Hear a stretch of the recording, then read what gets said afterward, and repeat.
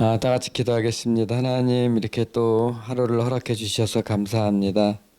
하나님 아버지께서 정말 오늘도 저희와 동행하시고 또 마음을 붙잡아 주시고 또 하나님 거기에 오늘 하루 저희가 마땅히 받아야 될 은혜와 감사를 허락해 주셔서 오늘 하루도 주님 안에서 정말 그 남이 알 수 없는 그런 삶의 의미와 또 존재의 의미와 또 평안을 가지고 살게 해주시기를 기도합니다.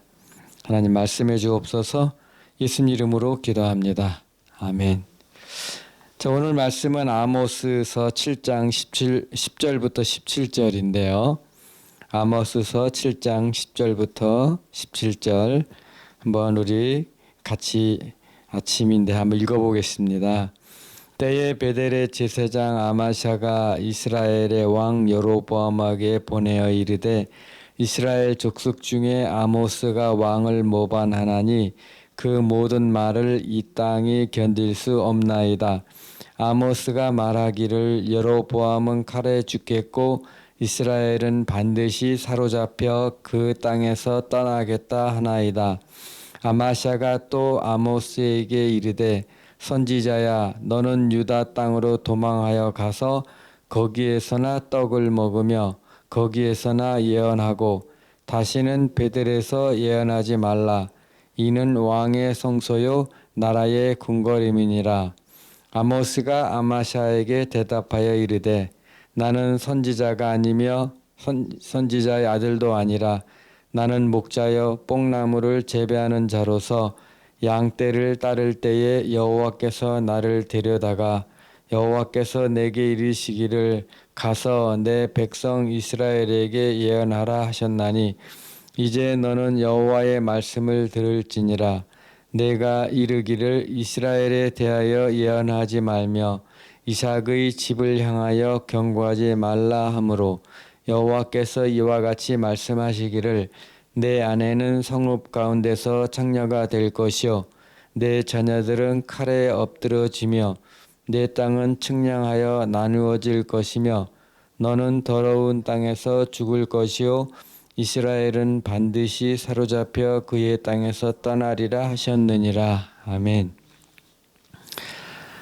오늘은 그 계속되는 그 아모스의 그 예언에 그때 당시 모든 그 제사를 집전하고 또 속죄제를 드리고 하나님과 가까이 하게 하는 그러한 역할을 하는, 오늘날로 말하면 아마 목사님 정도에 해당되는, 물론 이렇게 이제 분명하게 누가 선지자고 누가 제사장이냐라는 거를 나누는 것이 현대에는 그렇게 중요하지는 않아요. 왜냐하면 그냥 그 당시의 그 형식이긴 해요.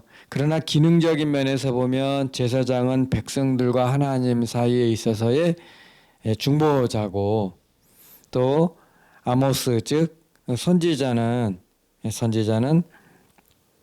그 하나님과 백성 사이에서의 하나님의 대변자로 해서 이 두 역할이 다 이 백성과 하나님 사이에 있어서의 어느 편에 있느냐, 이런 차이라고 보게 되면 오늘날의 목사에 해당된다고 보는 것이 맞습니다. 물론 이제 요새는 한 소그룹을 해서 목자로 해서 또 이러한 마음으로 섬기는 사람들이 있어서 이제 목자다 이렇게 소그룹에 이거를 얘기를 합니다. 근데 여기서 보게 되면은 그 10절에 보면 때에 베델의 제사장 아마샤라고 얘기를 했어요. 우선 베델의 제사장 아마샤라고 했을 때 드는 생각이 뭐냐면 타락한 하나님의 마음을 분별하지 못하는 곳에 제사장이다라는 게 먼저 딱 들어와요.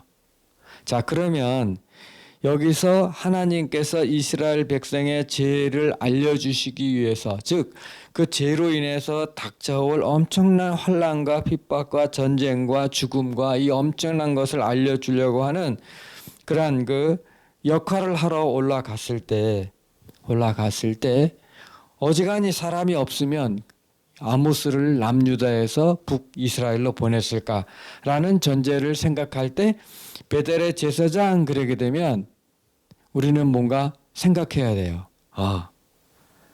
하나님의 뜻을 모르는 곳에서 백성을 대변하는 제사장, 백성을 대변하는 사람, 백성을 하나님 앞에 인도해서 죄를 깨끗해 하고 그들의 그 잘못을 대신해서 그 역할을 감당하는 사람이다라는 정말 중요한 역할임에도 불구하고 그러면 뭔가 하나님의 뜻을 받아들이기에는 이미 눈과 귀가 어두운 그러한 사람일 수 있지 않겠느냐. 아니나 다를까 때에 베델의 제사장 아마샤가 이스라엘 왕 여로보암에게 보내어 이르되 이스라엘 족속 중에 아모스가 왕을 모반하나니 그 모든 말을 이 땅이 견딜 수 없나이다 라고 얘기를 해요. 하나님의 말씀이 그들에게 전할 때 듣는 사람이 있고 도저히 견딜 수 없는 듣지 못하는 사람들이 있어요. 베델의 제사장 즉 형식만 남아있고 내용은 없고 그러면서도 하나님의 포장된 사람들은 하나님의 진리의 말씀이 떨어질 때 들을 수 없겠구나. 오늘날에도 마찬가지인 거죠. 하나님이 아모스 7장 10절부터 17절의 말씀을 주셨을 때 이것이 그렇구나 하고 비춰보는 거울이 되는 사람이 있는 반면에 진짜 맨날 심판의 말씀 지겨워. 또 이런 말이야. 왜 성경에 좋은 말 없어? 오늘 나한테 좀 안 된다는 거 된다는 그런 좋은 말 없어? 라고 하고 있지 않을까 이런 생각을 해보거든요. 그래서 아모스가 하는 얘기가 아모스가 이렇게 말해야 한다라고 이제 이 왕에게 고해 바치는 건데 왕은 권력의 상징이에요. 사람을 죽일 수도 있고 살릴 수 있는 왕의 권력, 어마어마한 권력에 고발하기를 아모스가 말하기를 여로보암은 칼로 죽겠고 왕은 당신 칼로 죽는데요. 그리고 이스라엘은 반드시 우리 백성은 사로잡혀 그 땅에 떠난대요. 또 아마샤가 또 아모스에게 이르되 이제 여기 이제 왕에게 이제 했잖아요. 있잖아요. 선지자라는 놈이 왕은 칼에 죽고 어떻게 왕이 칼에 죽을 수 있습니까? 아닙니다. 이 나라가 있고 군대가 있고 모든 게 어떻게 왕을 칼을 죽이겠습니까? 그리고 우리 백성이 하나님의 백성이고 우리가 이렇게 제사를 지내는 이렇게 종교적 역할을 잘하는데 어떻게 사로잡힐 이 백성에 사로잡혀 떠나게 했습니까? 라고 얘기하는 거고요. 그 다음에 또 아마샤가 또 아모스에게 말하기를 선견자의 너는 유다 땅으로 도망하여 가서 그런 게 누가 너 오라 그랬어? 누가 너 우리 얘기하라 그랬어? 그냥 너나 잘해. 너 돌아가. 유다 땅으로 돌아가서 거기서나 밥 처먹고 살아. 네가 할 짓이나 해. 떡을 먹으면 거기에서나 예언하고. 아니 아마샤가 화딱지가 잔뜩 났는데 가서 떡을 드시옵고 가서 예언하여 주시옵소서라고 말하겠어요? 오늘날로 말하면 너나 잘해. 네가 못하니까 이런 일이 일어난 거야. 가서 너나 밥 처먹고 살아. 라고 강하게 얘기하지 않을까. 왜냐? 죄를 지적하거든요. 딱 하나 죄를 지적해. 그리고 들을 귀가 없는 사람에게 하나님의 말씀은요. 지겨운 거예요. 도리어 지겹다 못해 이제 반발하는 거예요. 그러니까 하나님이 보내신 것도 부인하고 하나님의 말씀도 부인하고 또 하나님이 하고자 하는 내용이 안 될 거라고 강력하게 얘기하는 거죠. 그리고 13절에 다시는 베델에서 예언하지 말라. 이는 왕의 성소야 나라의 궁궐임이라. 네가 어디다 대고 이래? 너 죽을래? 이때 왕이 어마어마한 권력이잖아요. 다시 베델에서 예언하지 말며. 이 베델은 굉장히 상징적인 장소예요. 물론 왕이 있기도 하지만 이 베델에는 소우상이 있어가지고 하나님을 대신하는 성전이 있는 곳이 베델이에요. 그러니까 이게 이런 얘기는 제가 들었을 때 우리 나름대로 최선 다니까 너 꺼져. 너무 생생한가요? 제가? 하나님의 말씀이요. 하나님의 말씀을 그런가 하여 듣지 않는 사람에게는 이렇게 저주에 가까운 욕을 먹을 수 있는 말이에요. 천국이 어디 있어? 지옥이 어디 있어? 지금 과학이 이렇게 발전했는데 그 정신없는 얘기. 예? 야, 구원이 어디냐? 예수님이나 부처님이나 뭐가 달라? 하나님 있으면 나와보라 그래. 아니, 지금도 그러잖아요. 지금 세상을 보세요. 교회 안에서도요, 하나님 두려워하는 사람, 그 목사와 선교사 두려워하는 사람을 찾기가 쉽지가 않아요. 물론 그 마음속에 있을지 모르겠지만 이런 하나님의 전국을 찌르는 그러한 하나님의 말씀이나 설교나 어떤 그러한 조언에 어떻게 반응하느냐. 지금 듣기 싫어하는 시대예요. 듣기라는 시대예요. 근데 14번에 아모스가 이제 변명해요. 야, 내가 하고 싶어 해? 나는 선지자도 아니야. 아모스가 아마시에게 대답해 이르되 나는 선지자가 아니며 나는 선지자도 아니야. 선지자 근처도 안 갔어. 아들도 아니야. 나는 그냥 목자의 뽕나무야. 나는 그냥 저 시골 촌놈이야. 시골 촌놈이야. 그런데 양떼를 따를 때 여호와께서 나를 데려다가 여호와께서 내게 이르시기를 가서 내 백성 이스라엘에게 예언하라 하셨나니 내 백성 이스라엘에게 예언하니 너네가 그렇게 하나님 앞에 죄를 짓고 하나님을 없다 하고 하나님의 뜻을 알면서 엉터리로 살든지 아니면 성경을 읽으면서 정말 하나님 중심이 아니든지 아니면 이 세상 속에서 하나님의 말씀의 기준이 아닌 그러한 것에 대해서 마음이 아파서 너의 나라 중에서 누구도 이것을 하나님의 음성을 들을 자가 없어서 하나님이 나 같은 촌놈의 무식한 놈을 보내가지고 너네들 살리려고 이렇게 보냈는데 나도 억울해. 그렇지만 하나님이 가서 말씀하라고 했으니까 한 거고 하나님이 얼마나 마음이 아팠으면 나까지 이 시골 촌놈을 유다에서 그 멀리 베델까지 보내가지고 이런 일을 하겠니? 라는 걸 이해를 못하는 거예요. 그리고 이제 너는 여호와의 말씀을 들을지니라. 나는 내가 말하는 게 아니라 하나님의 말씀이야. 내가 이르기를 이삭에 대해 예언하지 말며 이삭의 집을 향하여 경고하지 말라 하므로 네가 하나님을 정면으로 배반함으로 정면으로 대적함으로 하나님의 말씀을 무시함으로 여호와께서 이와 같이 말씀하시기를 하면서 진짜 무서운 말씀을 해요. 내 안에는 창기가 된다. 이게 말이 됩니까? 제사장이 하나가. 그러나 나중에 전쟁이 일어나서요. 모든 사람이 끌려가고 죽고 그랬을 때 그들은 이방인들은 놀이개예요. 여자들은.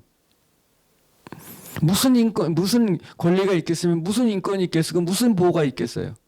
전쟁에 나가 포로가 되는데 여자가 아무리 제사장의 여자든 거룩한 목사의 여자든 집사든 권사든 여자가 무슨 상관이야? 전쟁에 패한 이란 그 당시에 전쟁을 얘기하는 거예요. 그 당시에 전쟁을 얘기하는 거예요. 인간은 짐승만도 못하는 대접을 받는 시대예요. 전쟁의 포로들은. 내 자녀들은 칼에 엎드러질 것이요. 당연히 젊은 애들이 있었다면 죽지요. 아마시아가 이 정도의 지도자라면 그 아들들은 장성했을 거예요. 다 죽여버려요. 내 땅은 측량하여 나누어질 것이며 너는 더러운 땅에서 죽을 것이요 이스라엘은 반드시 사로잡혀 그의 땅에서 떠나리라. 두려운 말씀이에요. 오늘날도 우리가 상관없이 하나님의 역사십니다. 오늘날도 우리가 인정하지 않든 인정하든 하나님의 계획은 실행이 됩니다. 오늘날도 우리가 하나님을 두려워하든 두려워하지 않든 하나님은 그 죄의 보응을 하세요. 그런데요, 이렇게라도 가까이 오시는 하나님은 믿는 하나님이에요. 우리가 그 하나님 앞에 자녀가 되기 때문에 오시는 거예요. 세상 사람들 맞아요. 권력을 따라가요. 세상 사람들 맞아요. 돈을 따라가요. 세상 사람 맞아 나쁜. 당연한 거예요. 당연한 거예요. 아니 이 세상에 잡혀있고 사단에 잡혀있고 그러면 당연히 오늘날 보는 세상처럼 이게 정상인 거죠. 왜 이상해요 이게? 나라가 이렇게 된 게 왜 이상하냐고. 하나도 이상하지 않아요. 왜냐? 그들에겐 기준이 없어요. 두려워하는 게 없어요. 그들은 굳이 공의를 따를 필요가 없고 정의를 따를 필요가 없는 거예요. 왜? 죄 속에 낳고 죄 속에 살면서 죄를 향해 가고 하나님을 모르고 빛을 멀리하는 어둠의 그런 당연한 현상에 왜 우리가 뇌와 부동해야 되느냐. 도리어 하나님이 이 아모스를 통해서 이스라엘에게 보냈던 것은 그래도 잃어버리기 싫으셔서, 그래도 그 어두운 생활 속에서 그래도 그들을 구원하시려고 보내셨죠. 그래도 혹시 내 말을 들을까 해서. 왜냐, 하나님의 이름을 부르고 제사를 지내고 나름대로 종교 행동을 하고 있는 거거든요. 이 잘 사는 나라에 엄청 잘 살아요. 이때 당시가 진짜 부유하고 국력도 좋고 나무는 뭐 어떤 부족함이 없는 시대예요. 이스라엘로서는 제2의 부흥기거든요. 그런데요, 하나님을 멀리하고 하나님을 대적하고 하나님을 우습게 알고 하나님의 존재를 이렇게 거부하고 올바른 말에 대해서 벌떼처럼 달려들어가 가지고 공격하고 조금만 뭐라 그러면 온 세상 사람 들고 일어나는 이런 세대나 지금이나 다를 게 뭐가 있어요. 그런데 다른 게 있다면 이 말씀을 듣는 여러분에게는 이것이 들릴 경우는 하나님의 사람 속에서 우리가 해야 될 일이 뭔가 하고 이 사회를 위해서 가슴을 치며 기도할 것이고, 또 그런 얘기한다고 할 경우는 오늘 하루도요, 여러분 소신껏 살아가는 날이 되지만 그것은 하나님의 심판을 향해 다가가는 날이 될 수밖에 없지만, 그러나 안타까운 하나님의 말씀을, 그 마음을 우리가 잃어버리지 않았나, 아니 모르지를 않나. 결국은 하나님께서 부르셔서 품에 안으시고 하나님이 계획하셨던 복을 주시고 하나님이 계획하셨던 삶의 의미를 발견하고 하나님이 여러분을 통해서 하시고 싶어 하시는 일을 하지 못함에 대한 하나님의 안타까움이 아닐까라고 저는 개인적으로 생각을 합니다. 그런데 제일 반대하는 게 종교적 행동을 하는 사람들이에요. 하나님을 아는 사람들이고 예배를 드리는 사람이고 하나님의 말씀을 가르치는 사람이고 하나님의 말씀을 대해서 알지만 궁극적으로는 하나님의 마음을 죄 때문에 아니면 무디이기 때문에 아니면 많은 시간 풍요와 권력 속에서 있기 때문에 듣지 못하는 사람들의 얘기가 아닐까라고 생각을 합니다. 아마시아 답답해요.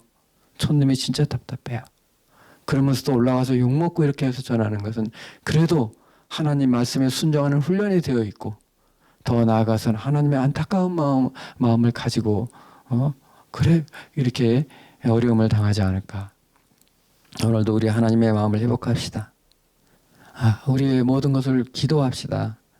그리고 안타까움으로 우리 혹시 하나님에게 돌아올 사람들을 기억하며, 그래도 우리가 실망하지 않고 끝까지 촌놈을 불렀던 하나님께서 오늘도 우리를 부르셔서 이 나라의 민족을 위해 기도하고 우리 가족을 위해 기도하고, 또 우리 중에 그 골치 아픈 그런 우리 가족 중에 한 사람이 힘들게 한다 할지라도 끝까지 인내하면서 하나님의 마음으로 그들을 품는 귀한 하루, 감사한 하루.